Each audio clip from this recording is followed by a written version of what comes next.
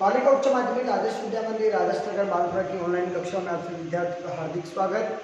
आज हम कक्षा 10 में हिंदी विषय में जो पाठ है सूरदास, कवि सूरदास रचित पाठ जो है उनके जो पद है उन पदों का अध्ययन करने जा रहे हैं। कवि सूरदास ने पहले पद में जैसा कि भगवान श्री कृष्ण जो है उसका संवाद बताया था, सामान्य अर्थ देख लीजिएगा उन्हें कि बूझत श्याम कोई तो गोरी श्याम। कृष्ण भगवान और राधा दोनों के मध्य में भेंट हो जाती है, वो दोनों मिलते हैं। तो कृष्ण ने उनसे पूछा कि हे गोरी तुम कौन हो, कहाँ रहती काकी है बेटी, तुम कहाँ रहती हो, किसकी बेटी हो, कभी इस ब्रज की गलियों में तुम्हें कभी नहीं देखा। ऐसा कृष्ण ने राधा जी से कहा। भगवान श्री कृष्ण ने राधा जी से कहा कि तुम कहाँ रहती हो, किसकी बेटी हो, और कभी जो है मैंने तुम्हें इन गलियों में, ब्रज की गलियों में नहीं देखा। तो राधा जी उनके प्रश्नों का उत्तर देते हुए कहती है, काहे को हम ब्रज तनावती, हम ब्रज की गलियों में क्यों आएंगे, हम ब्रज चित्र में क्यों आए, खेलत रहे थे आपने को, हम तो हमारे घर ही जो है वहां खेलते रहते, हम ब्रज के क्षेत्र में क्यों आती, हम तो हमारे घर पे ही खेलते रहते। हाँ, वहां हमने जरूर सुना था, कानों से, श्रवणी कानों से सुनत रहती, मैं अपने कानों से सुनती रहती थी कि नंद का एक लड़का, ढोटा यानी लड़का, नंद बाबा का एक लड़का है। मैं अपने राधा कहती है कृष्ण से कि मैं कानों से सुनती रहती कि नंद का एक लड़का है जो कि माखन और दही की चोरी करता रहता है। और जब ऐसी बात उन्होंने कही तो भगवान श्री कृष्ण ने बड़ी सहजता से, क्योंकि रसिक है, सूरदास ने खुद कर लिखते कि सूरदास प्रभु रसिक, सूरदास के प्रभु तो क्या है, रसिक है। और रसिक सूरदास के उस प्रभु श्री कृष्ण ने कहा कि चलो हम चोर सही, लेकिन हमने तुम्हारा क्या चुरा लिया, तुम्हारे कहा चोरी हम ले, हमने तुम्हारा क्या चुरा लिया। ये कह करके राजा जी से कृष्ण कहते हैं खेलने चलो, संग मिलकर के खेलते। तो कवि सूरदास कहते हैं कि हमारे जो प्रभु हैं वो बड़े रसिक हैं, रसिकों में श्रेष्ठ हैं। बातों को बुला करके राधा जो है, भोली वाले राधा जो है वो अपनी बातों, राधा जो है भोली वाले राधा जो है अपनी बातों को भूल गई है, वो खेलने चली जाती है। ऐसी बात पिछले दोहे में करने पड़ी। आज हम जो है अगला दोहा पढ़ते हैं। अगले दोहे की विशेषता थोड़ा देख लीजिएगा कि कवि सूरदास रचित भ्रमर गीत, ये भ्रमर गीत से लिया गया है। जो कि इसका नाम भ्रमर गीत क्यों है मैं आपको बता देना चाहता हूं।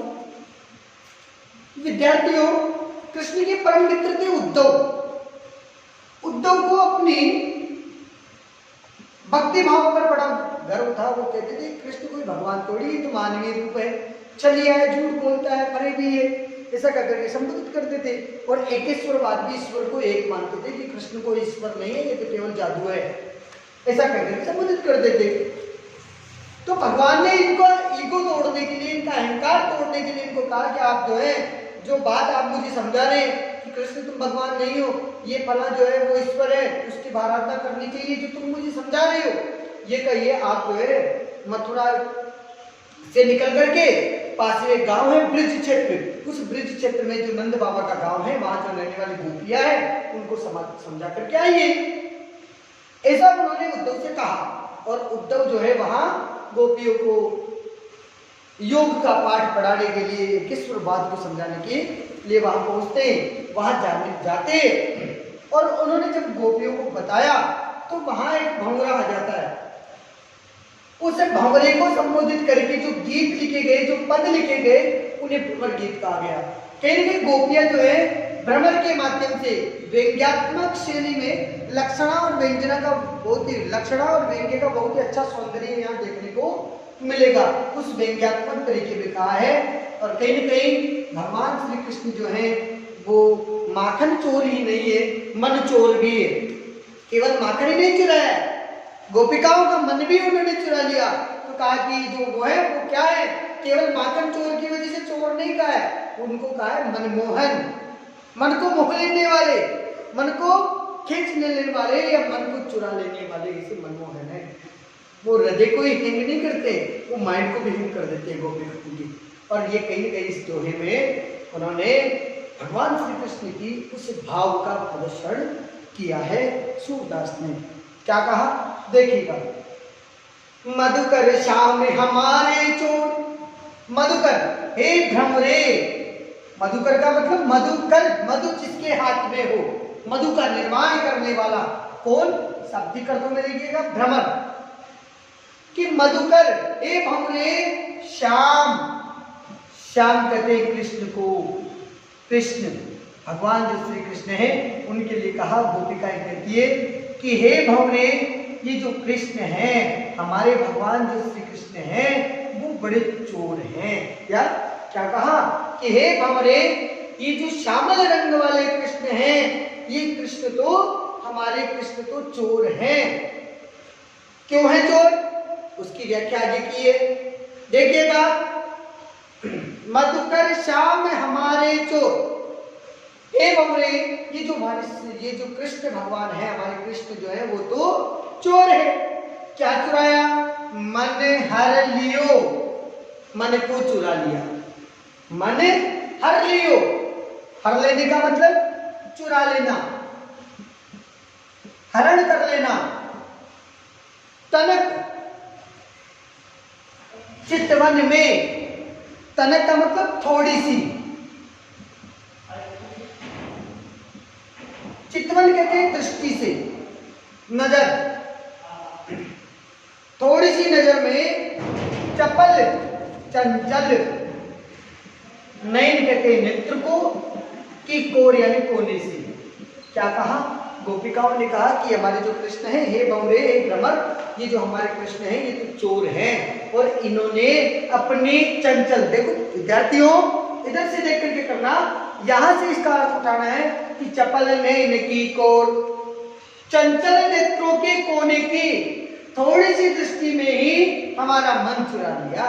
भगवान श्री कृष्ण ने अपने नेत्रों की दृष्टि से, नेत्रों के कोने की दृष्टि हमारे ऊपर डाली, और हमारा पहली नजर में ही कृष्ण की पहली नजर पड़ी, और पहली नजर में ही गोपिकाएं जो है वो कृष्ण जो है, गोपिकाओं का मन जो है कृष्ण ने चुरा लिया है, और उसी का वर्णन जो है कहीं न कहीं इस पाठ में सूरदास ने किया है कि मन हरि लियो तनक चितवनी में, चपल नयन की कोर, चंचल नेत्रों की कोनों से थोड़ी सी दृष्टि डालने मात्र से ही मन को चुरा लिया। क्या कहा कि भगवान श्री कृष्ण जो है, ये जो श्री कृष्ण है, इन्होंने अपने चंचल नेत्रों के कोनों की थोड़ी सी दृष्टि में ही मन को चुरा लिया। पुनश्च देखिएगा कि चंचल नेत्रों के कोनों से, चंचल नेत्रों के कोनों से, कोनों की थोड़ी सी दृष्टि में ही मन को चुरा लिया। ये भाव कवि सूरदास ने किया है कि मन हरि लियो तनक चितवनी में, चपल नयन की कोर, चंचल नेत्रों के कोनों से, चंचल नेत्रों के कोनों की थोड़ी सी दृष्टि में ही मन को चुरा लिया। ऐसे भगवान श्री कृष्ण ने, क्या हुआ? अब गोपिकाएं कह रही, हमने तो प्यारे हृदय को पकड़ करके रखा था, लेकिन किसके जोर पे? प्रेम की प्रीति के जोर पे हृदय को पकड़ करके रखा, लेकिन वो जो कृष्ण है वो तो मनमोहन है, मोहक हंसी से सबको आकर्षित कर लेने वाला है। आगे उन्होंने क्या किया? तो गोपिकाएं कह रही है भंवरे के माध्यम से, पकड़े होते हृदय उरे अंतर, प्रेम प्रीति के जोर, प्रेम की प्रीति, प्रेम के आनंद की जोर में, प्रेम की प्रीति के जोर में, प्रेम जो है उसका जो आनंद है, प्रेमानंद कह सकते हो आप। प्रेम की प्रीति का जो ताकत है, जोर कहते ताकत, बल, जोर का भी प्रयोग होता है बल में, कि प्रेम की प्रीति के बल पे हमने क्या कर रखा था? पकड़े हुए थे, होते यानी थे, पकड़े हुए थे हृदय और अंतर, हमने भगवान को जो है प्रेम की प्रीति के जोर पर उन्हें अपने हृदय के अंदर जो है जोर से, बल से पकड़ा हुआ था। गोपिकाएं कह रही है कि हमने हमारे प्रभु श्री कृष्ण जो है, हमने कृष्ण के प्रेम के, हमने कृष्ण को क्या कर रखा था? प्रेम की प्रीति के बल पर, प्रेम के आनंद के बल पर हृदय के अंतर, हृदय के जो अंदर हैं, हमने उन्हें पकड़े हुए थे। हम जो कृष्ण से प्रेम करती है और उस प्रेम का जो आनंद है, उस प्रेमानंद के बल पर ही हमने भगवान श्री कृष्ण को अपने हृदय के अंदर पकड़ा हुआ था, अपने हृदय के अंदर समाहित कर रखा था। लेकिन क्या हुआ, गए छड़ाए तोड़ सब बंधन, दे गए हसनिय को। क्या कहा, दे गए हंसी यानी हंसी रूपी, मनमोहक हंसी रूपी अकोर कहते हैं रिश्वत को। कृष्ण जो है बड़े छलिया है, छल से काम निकाल लेते हैं। और क्या कहा कि हंसी अकोर, हंसी रूपी रिश्वत देकर के गए छड़ाए, छुड़ा करके चले गए। तोड़ी का मतलब तोड़ की, तोड़ना, तोड़ सब बंधन। क्या कहा, भगवान श्री कृष्ण जो है उन्होंने हंसी रूपी रिश्वत दे करके सारे बंधन तोड़ करके छुड़ा करके चले गए। अभिप्राय यह है कि वह अपनी मनमोहनी जो हंसी रूपी रिश्वत दे करके, मनमोहनी हंसी रूपी रिश्वत, क्या रिश्वत कैसी है, भगवान श्री कृष्ण जो है अपनी मनमोहन हंसी रूपी रिश्वत दे करके हमें सावधान बना करके हमारे हृदय के प्रेम की जो बंधन है उन प्रेम के बंधनों को तोड़ करके चले गए हैं। कि भगवान जो श्री कृष्ण है उन्होंने, श्री कृष्ण जो है उन्होंने अपनी मनमोहक हंसी रूपी रिश्वत दे करके हमारे हृदय के प्रेम जो बंधन है उन सबको तोड़ करके वो चले गए हैं। हम सावधान हो गई और कहने के श्री कृष्ण जो है उन सब बंधनों को तोड़ करके चले गए। अब जब चले गए तो क्या स्थिति हुई है देखिएगा, कि चौकी परी जागत निस्बीती, चौकी परी, चौकी, अचानक याद आया, एकदम चौकी, जागत निस्बीती, रात बीत गई, जागते हुए सारी रात बीती। जब पता चला भगवान श्री कृष्ण जो है वो अपना हमारा हृदय जो है वो चुरा करके ले गए हैं, तो हम चौंक गई। चौकी परी जागत निस्बीती, दूत मिलो एक भोर। क्या कहा, चौकी परी जागत निस्बीती, चौंक गई, परी यानी पड़ी, चौंक पड़ी जब भगवान श्री कृष्ण जो है हमारे हृदय को चुरा करके ले गए, हंसी रूपी मनमोहक हंसी रूपी रिश्वत दे करके हमारे हृदय के हमारे सारे बंधन छोड़ करके, हमारे तोड़ करके यहाँ से मथुरा जब चले गए तो हम चौंक गई। और इसी चौंकने के बाद सारी रात उन्हीं के प्रेम में जागती रही। क्या है, यहाँ वियोग की वेदना का भाव बताया है। श्रृंगार के दो पक्ष है, रस जो है वो श्रृंगार रस का अनोखा वर्णन जो है सूरदास ने किया है, और श्रृंगार का भी वियोग वर्णन आता है, विप्रलभ श्रृंगार। और जहां नायक नायिका को छिटक करके भाग जाता है वहां का श्रृंगार आता है वियोग श्रृंगार। इसे वियोग श्रृंगार का अप्रतितम वर्णन किया है सूरदास ने यहाँ, जिसकी व्याख्या मेरे जैसा व्यक्ति तो क्या संसार का कोई व्यक्ति नहीं कर सकता। नृत्य का विद्वज्ञ व्यक्ति भी इसके विप्रलभ श्रृंगार की व्याख्या नहीं कर सकता। वो व्याख्या परी सूरदास ने की है और उस व्याख्या का प्रयास मैं स्वयं करता हूं कि चौकी परी जागत निस्बीती, चौक पड़ी और उसी प्रेम में वियोग में सारी रात जागते हुए बीती। यहाँ तक तो ठीक था, भगवान श्री कृष्ण ने हमारे जख्म पर नमक डालने का काम किया। क्या किया, हमें एकेश्वर मार्ग के लिए एक भंवरा, अर्थात ये भंवर जो कौन है वो उद्धव है। ये उद्धव रूपी भंवरा जो है वो एक दूत, इसका श्री कृष्ण का एक सेवक, एक दूत जो है वो हमें श्री कृष्ण से दूर और ईश्वर को याद करने के पाठ पढ़ाने के लिए आया। दूत मिलो एक भंवर, एक भंवरा रूपी उद्धव रूपी जो दूत है वो हमसे आकर के मिलता है। यहाँ तक देख लीजिएगा।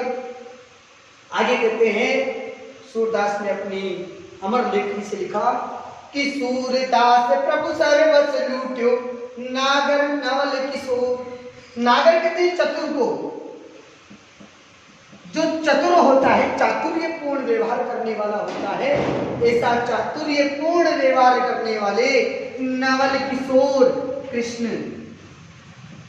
ऐसे चातुर्यपूर्ण व्यवहार करने वाले कृष्ण ने सर्वस्व लूट लिया। गोपिकाएं कहती है कि एक दूत और हमारे लिए भेज दिया। ऐसा करके हमारे प्रभु जो श्री कृष्ण हैं उन्होंने, उस चतुर कृष्ण ने हमारा सब कुछ लूट लिया। तन समर्पित, मन समर्पित और ये जीवन समर्पित, सब कुछ कर दिया। गोपिकाएं जो है उस वियोग में भी देखिएगा कृष्ण के इस प्रेमा भाव को जो है कहीं न कहीं व्यक्त करने का प्रयत्न करती है। यहां तक तो हमने व्याख्या पढ़ी। अब इसमें आता है विशेष, क्या है? भाषा में देखिएगा ये विशेषताएं इसकी है, उनको भी आप कीजिएगा कि भाषा में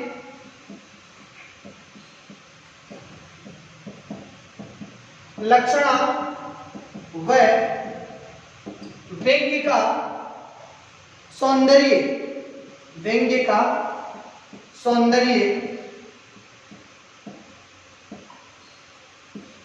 दृष्टिगोचर होता है।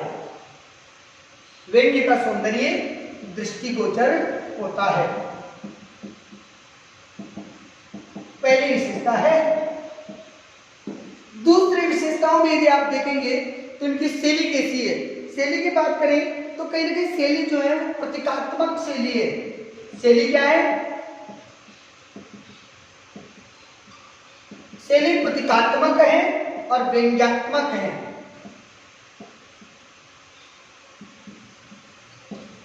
शैली प्रतीकात्मक और व्यंग्यात्मक शैली का प्रयोग किया गया है। हो गया। यदि बात करें तीसरी विशेषता की तो तीसरी विशेषता है कोमल भावना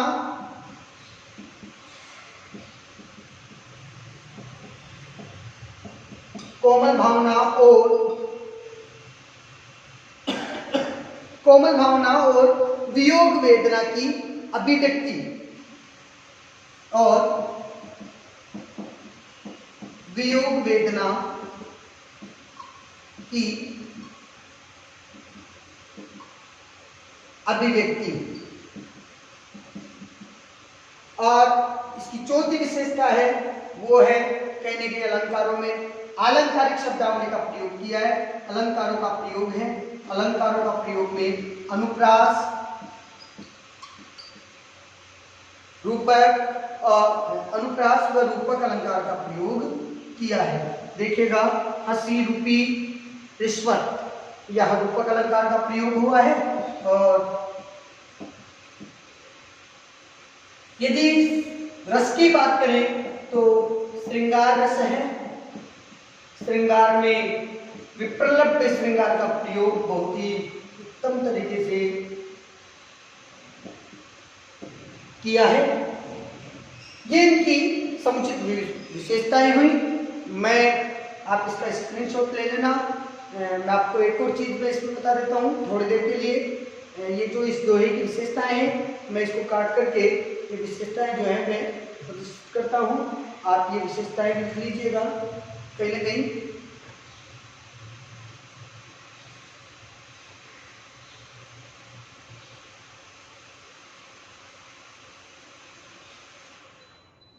आप इसका स्क्रीनशॉट ले लीजिएगा। ये जो है इसकी विशेषताएं हैं जो विशेष में लिखनी है। ये इसके विशेष की विशेषताएं हैं जो कि कला पक्ष और भाव पक्ष का प्रदर्शन करती है। बाकी का हम जो है कल पढ़ेंगे। आप इसको पढ़िएगा, इसका रिवीजन कीजिएगा। धन्यवाद।